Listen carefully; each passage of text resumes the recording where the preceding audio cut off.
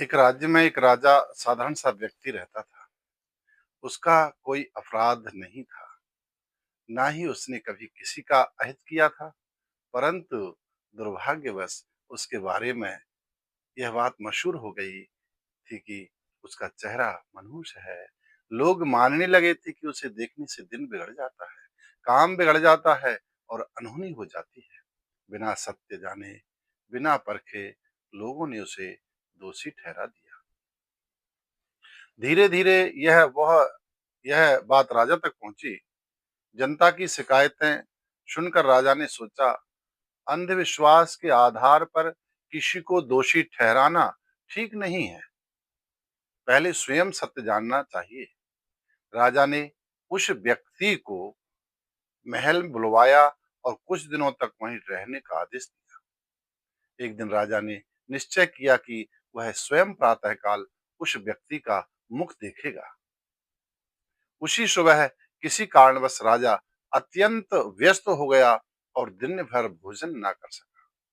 शाम होते होते राजा ने निष्कर्ष निकाल लिया कि व्यक्ति का चेहरा वास्तव में मनहूस है। क्रोध और भ्रम में आकर राजा ने जल्लाद को बुलाया और उस निर्दोष व्यक्ति को मृत्यु दंड देने का आदेश दिया। जब यह आदेश मंत्री ने सुना तो वह चकित रह गया।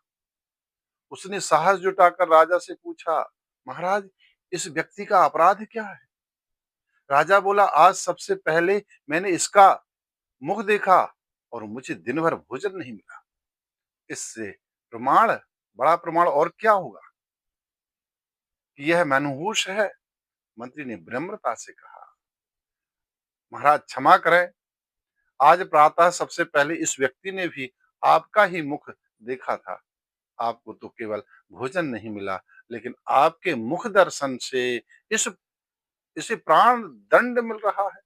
आप आप ही निर्णय करें कि मनहूस कौन है। राजा यह सुनकर स्तब्ध रह गया। उसने कभी इस दृष्टि से सोचा ही नहीं था। मंत्री ने आगे कहा, राजन, किसी का चेहरा मनहूस नहीं होता है, वह तो ईश्वर की देन है। मनहूस तो हमारी सोच, हमारी दृष्टि और हमारा पूर्वाग्रह होता है। राजा को अपनी भूल का आभास हुआ।